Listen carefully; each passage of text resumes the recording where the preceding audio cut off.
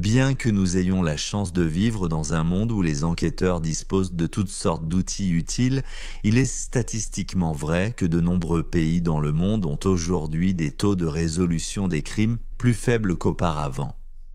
En conséquence, il y a des milliers d'affaires qui nécessitent du temps, des ressources et de la détermination pour être résolues.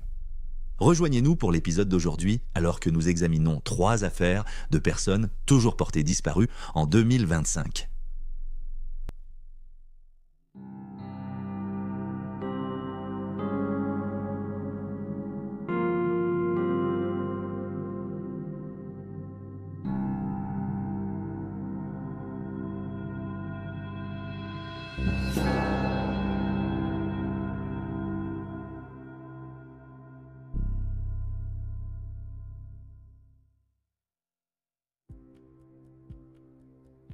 Daniel Barter. Le 16 juin 1959, Daniel Barter, âgé de 4 ans, a aidé ses parents et 3 de ses 6 frères et sœurs à charger la voiture pour un voyage de camping à Peredido Bay, en Alabama. Une plage où ils allaient profiter du plein air avec des membres de la famille. Mais 2 jours plus tard, l'événement familial s'est transformé en cauchemar lorsque Daniel a soudainement disparu. Ses parents se rappelaient qu'il était pieds nus le matin du 18 et portait encore le caleçon gris de la veille. Le petit garçon a pris un soda et a commencé à jouer à proximité. Mais quelques minutes plus tard, sa mère, Maxine, a regardé et s'est rendu compte qu'il n'était plus là. Elle a appelé son mari, Paul, et la famille a commencé à chercher dans les environs, mais personne n'avait vu le garçon de 4 ans. Dans les heures qui ont suivi, les autorités ont fouillé aussi bien la terre que l'eau, utilisant des chiens de recherche, des hélicoptères, des plongeurs et des agents à cheval.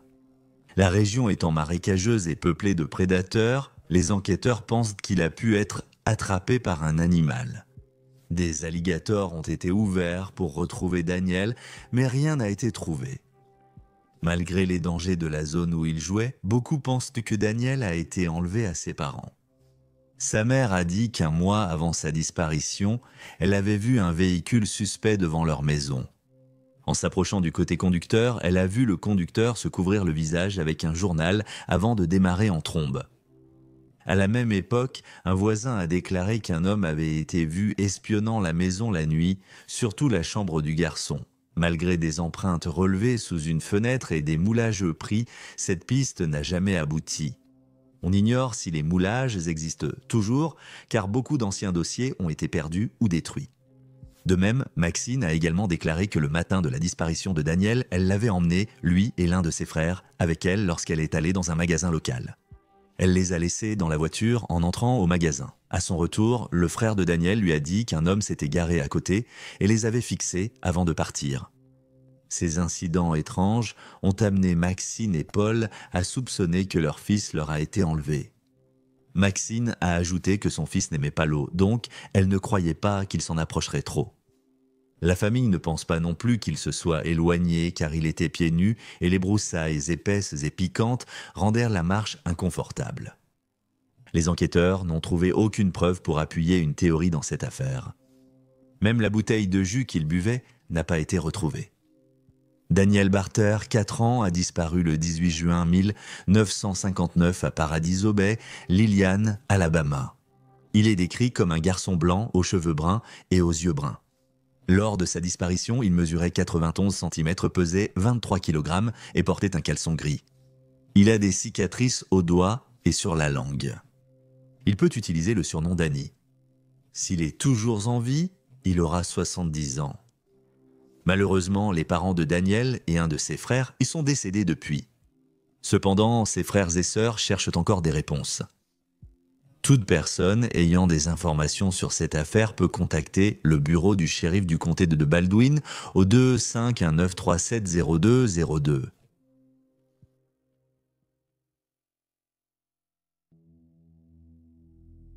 Steve Arrowwood. Steve Lewis Arrowwood Jr., âgé de 19 ans, a été vu pour la dernière fois le 3 avril 1975 à Gastonia, en Caroline du Nord. Ce soir-là, il a dîné avec sa sœur aux appartements Fern Forest avant de sortir avec un ami. Il a déposé son ami vers 22h30, mais Steve n'est jamais rentré chez ses parents dans le pâté de maison 400 de la rue Chestnut. Et il n'a jamais été revu ni entendu depuis. Selon sa famille, il était déjà parti brusquement le 9 mars 1975. Il leur a laissé un mot sans préciser où il allait. Ils ont découvert qu'il avait retiré 815 $ de son compte d'épargne. 11 jours après, ses parents ont reçu une lettre où il disait aller bien, être en sécurité et avoir trouvé un nouvel emploi. On apprendra plus tard que Steve était parti à Dallas, Texas pour voir sa petite amie, une femme mariée de 30 ans. On ignore quand et comment ils se sont rencontrés. Ni elle ni son mari n'ont jamais été nommés publiquement. D'après les rapports, le mari de la femme était chauffeur routier longue distance. Le 30 mars, il a surpris le couple ensemble et a menacé de tuer Steve. Pour éviter sa mort, la femme aurait accepté de voyager en Louisiane avec son mari. Steve est retourné chez ses parents le lendemain.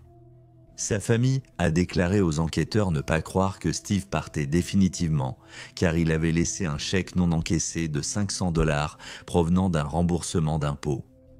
Malheureusement pour Steve, la situation désagréable qu'il avait endurée au Texas n'était pas tout à fait terminée. Après son retour en Caroline du Nord, il a commencé à dire à ses amis qu'il pensait être suivi. Plus précisément, il croyait que le mari de sa petite amie le suivait. Alors qu'il était dehors avec son ami le jour de sa disparition, Steve a remarqué la voiture du mari de sa petite amie qui les a suivis un moment pendant qu'il conduisait. Quelques heures après avoir déposé son ami, la voiture de Steve a été retrouvée garée près de la piscine des appartements Fern Forest. La portière était ouverte, les clés sur le contact. Ses affaires étaient de rester à l'intérieur, tandis qu'un caleçon d'homme a été retrouvé par terre à proximité. Le 7 avril, 3 jours plus tard, une lettre est arrivée chez lui, à son nom. Elle venait de la Nouvelle-Orléans, le même endroit où sa petite amie était partie avec son mari. Les enquêteurs ont lu la lettre, mais ont déclaré qu'elle ne contenait aucune information utile. La femme, quant à elle, a affirmé qu'elle n'avait plus revu Steve après son départ du Texas. Son mari, retrouvé et interrogé 2 semaines après la disparition de la jeune femme de 19 ans, a refusé le test au détecteur de mensonges et a été relâché. On ne sait pas s'il est officiellement suspect dans cette affaire. En mars 1980, un John Doe a été retrouvé dans les bois du comté de Robeson en Caroline du Nord. Il a été établi que l'homme est mort par homicide vers 1979 ou début 1980. Les restes squelettiques ont d'abord été attribués à Steve, mais il a vite été exclu, et John Doe demeure non identifié. Steve a aussi été exclu comme étant le John Doe du comté de Will, victime d'homicide retrouvé en Illinois en 1998, et le John Doe du comté de Vernon, victime d'homicide découverte dans le Missouri en 2016. Les 2 John Doe sont actuellement soumis à des tests de généalogie. Il n'y a eu aucune nouvelle mise à jour dans l'affaire de Steve ces dernières années. Le suspect le plus probable dans son affaire est le mari de la femme avec qui il avait une liaison, et il ne semble pas que Steve ait eu des ennuis avec quelqu'un d'autre. Steve Arrowood a disparu de Gastonia en Caroline du Nord depuis le 3 avril 1975. Il est décrit comme un homme blanc aux cheveux blonds et aux yeux bleus. Il mesure entre 1,73 m, 1,75 mm et pesait environ 66 kg lors de sa disparition. Il utilise parfois son second prénom, Louis, et a une tache de naissance rougeâtre et une petite cicatrice sous le menton. S'il est toujours en vie, il aura 68 ans. Ses parents sont décédés, mais ses 4 sœurs continuent de le chercher. Si vous avez des informations concernant sa disparition, vous pouvez contacter le département de police de Gastonia au 7 048630.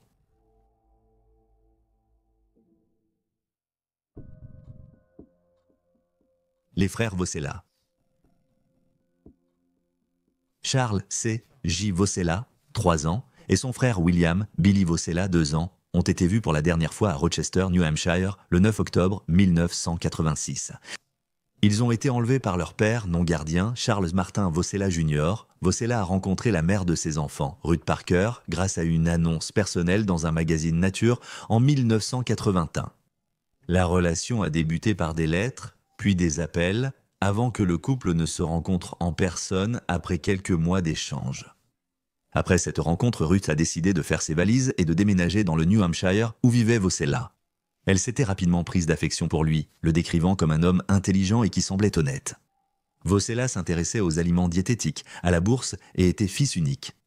Il a dit à Ruth qu'il venait de prendre sa retraite après avoir enseigné en primaire. Quand ils ont parlé d'enfants, il aurait dit en vouloir une classe entière, mais il a précisé qu'il ne savait pas s'occuper des bébés et que ce serait elle qui s'occuperait de leur éducation.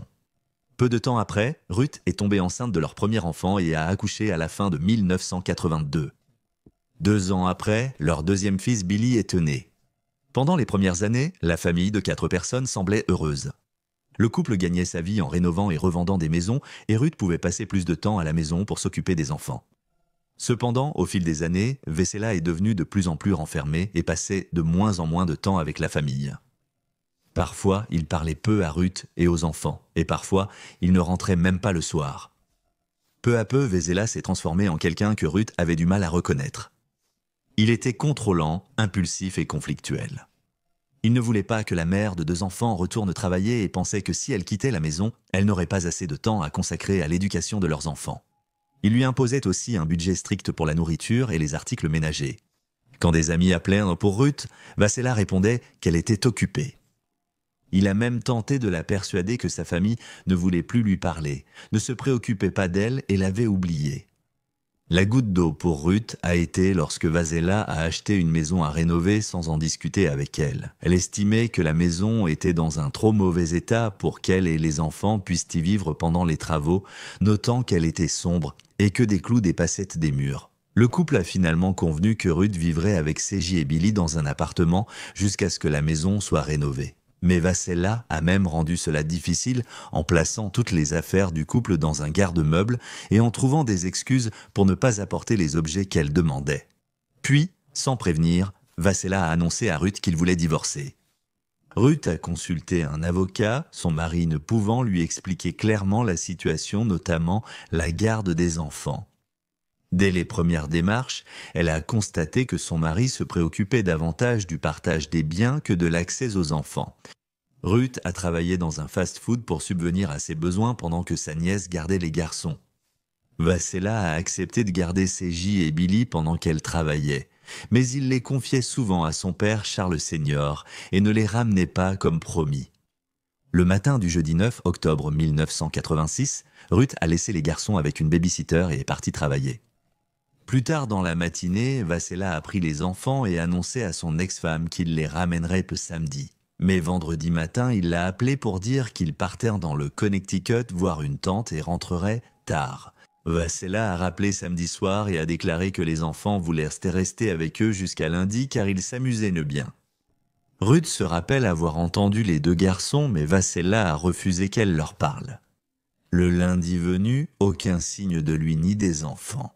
Ruth s'est vite rendue au bureau de Vessela pour comprendre la situation, mais il était déjà vide. Un employé solitaire est parti avec une boîte de fournitures, annonçant que Vessela avait vendu l'entreprise le week-end et que tous avaient perdu leur emploi. Ruth, bouleversée à l'idée que son presque ex-mari ait emmené ses enfants et n'ait aucune intention de les lui rendre, s'est rendue au bureau de son avocat. Elle a essayé d'appeler les parents de Vessela en chemin, mais ils lui ont simplement dit qu'ils n'avaient aucune idée de ce qui se passait. Elle s'est arrêtée au garde-meuble pour prendre des photos des enfants pour la police, mais a découvert qu'il était vide. Elle apprendrait plus tard que Vessela avait tout vendu aux enchères au cours des mois précédents. De retour chez elle, elle découvrit que toutes les photos des enfants avaient disparu. Il n'en restait plus aucune. Vessela a ruiné la vie de Ruth. Non seulement il lui avait pris ses enfants et vendu toutes leurs affaires, mais il avait vidé leur compte bancaire, pris sa carte de crédit, enlevé leur carnet d'adresse, probablement pour qu'il lui soit plus difficile de contacter sa famille, et il avait désactivé les paiements automatiques pour sa voiture les mois précédents, ce qui a conduit à sa reprise par la banque au moment de la disparition. Malgré l'urgence de la situation, Ruth a eu du mal à obtenir de l'aide des enquêteurs. À l'époque, il n'y avait pas de loi claire sur l'enlèvement parental, et la police pensait que les enfants seraient en sécurité avec leur père. Ils ont aussi dit qu'il serait difficile de retrouver 2 enfants sans photo. Ruth a interrogé son entourage et une collègue s'est rappelée avoir filmé ses enfants lors d'un pique-nique d'entreprise, pensant avoir peut-être enregistré Billy et ses CJ, Heureusement, c'était le cas. Les images étaient granuleuses, mais c'était mieux que rien. Alors qu'elle assistait aux audiences dans les semaines suivant l'enlèvement, un juge a accordé la garde temporaire à Ruth, ce qui a poussé la police à inculper Charles pour entrave à la garde. Le 3 avril de l'année suivante, un mandat fédéral a été délivré contre lui pour fuite illégale afin d'échapper aux poursuites. Au cours des années suivantes, les garçons ont été aperçus dans différents États à travers le pays et les enquêteurs ont découvert que Vasella menait une vie en dehors des radars et était probablement armé. Bien qu'il ait contacté son avocat pour obtenir la garde, il n'a jamais révélé sa localisation. Les parents de Vasella sont intervenus en déposant une plainte civile contre leur belle-fille, affirmant qu'elle maltraitait les enfants, mais les enquêteurs n'ont trouvé aucune preuve corroborante. Une piste prometteuse a finalement émergé après que Ruth a engagé un détective privé. La nouvelle compagne de Vasella a contacté le détective privé, affirmant qu'il vivait sous le nom de Charles Charlie Wilson et avait changé le nom du garçon. Il vivait dans une région rurale de l'Oklahoma et faisait l'école à la maison aux garçons. Il menait une existence isolée, la petite amie déclarant que Vasella lui avait expressément dit de ne pas poser de questions sur la mère de ses enfants. Le détective privé a prévenu le FBI, mais quelqu'un a averti Vasella. Quand ils sont arrivés, la propriété avait été abandonnée et incendiée. Le détective privé a également découvert que Vasella avait déjà été marié 2 fois auparavant. Quand il a quitté sa première femme, il lui aurait dit qu'elle avait de la chance qu'il n'ait pas eu d'enfant, car il les lui aurait enlevés. Le détective a supposé que Ruth avait été choisie pour son intelligence et son milieu, et que Vasella voulait garder les enfants pour lui seul, sans partager la garde. On a aussi suggéré que les parents de Vasella l'ont aidé dans son plan. Après un premier entretien avec le FBI, ils ont refusé de coopérer avec les autorités. Ruth pense que Vasella a probablement dit à CJ et Billy qu'elle était morte ou au minimum qu'elle ne voulait pas d'eux. Les autorités pensent qu'ils ont grandi sans savoir qu'ils étaient portés disparus. L'enquêteur privé souligne que Vasella, parlant espagnol, pourrait vivre avec eux dans une région isolée d'Amérique du Sud, où l'accès à Internet est limité et où personne ne saurait qu'ils ont été enlevés enfants. Ruth n'a jamais cessé de chercher les enfants. Elle s'est finalement remariée et est devenue belle-mère, mais elle ne s'est jamais remise de ce que Vasella a fait. Elle a dit au Centre national pour les enfants disparus et exploités « Je suis une maman jusqu'à mon dernier souffle ». Elle possède encore un exemplaire de leur histoire du soir qu'elle leur lisait. Les frères Vasella restent introuvables. Ils ont été enlevés à Rochester, dans le New Hampshire, le 9 octobre 1986 par leur père non gardien Charles Vasella Jr. Charles C.J. Vasella, âgé de 3 ans, est décrit comme un garçon blanc aux cheveux blonds et aux yeux bleus. Il mesurait 1,2 m et pesait 18 kg au moment de sa disparition. Son frère, William Billy Vasella, a disparu à 2 ans. C'est un garçon blanc aux cheveux bruns et yeux bleus. Il mesurait 1 m et pesait 16 kg lors de sa disparition. Les garçons peuvent utiliser les noms de famille Amidon, Foster ou Wilson, et s'ils sont toujours en vie, ils auront la quarantaine. Toute personne ayant des informations sur leur affaire peut appeler le Centre national pour les enfants disparus et exploiter au 1-808-435-6701. Leur père, Charles Vasella Jr., est recherché par le FBI, qui offre 25 000 $ pour toute information permettant de le retrouver, lui ou son fils. Vasella a des liens avec l'Oklahoma, le New Jersey, la Pennsylvanie, le Connecticut et la Floride. Il est décrit comme un homme blanc aux cheveux bruns et aux yeux bleus, mesurant 1,85 m et pesant environ 102 kg. Il peut porter des lunettes et il aura dans les 80 ans s'il est toujours en vie. Il doit être considéré comme armé et dangereux. Pour toute information sur sa localisation, contactez le FBI local ou envoyez un témoignage anonyme sur tips.fbi.gov. Et voilà les faits. Laissez un commentaire ci-dessous avec vos théories et spéculations. Et n'oubliez pas d'aimer cette vidéo et de vous abonner pour soutenir la chaîne. Merci d'avoir regardé, restez vigilants, restez en sécurité et je vous dis à la prochaine.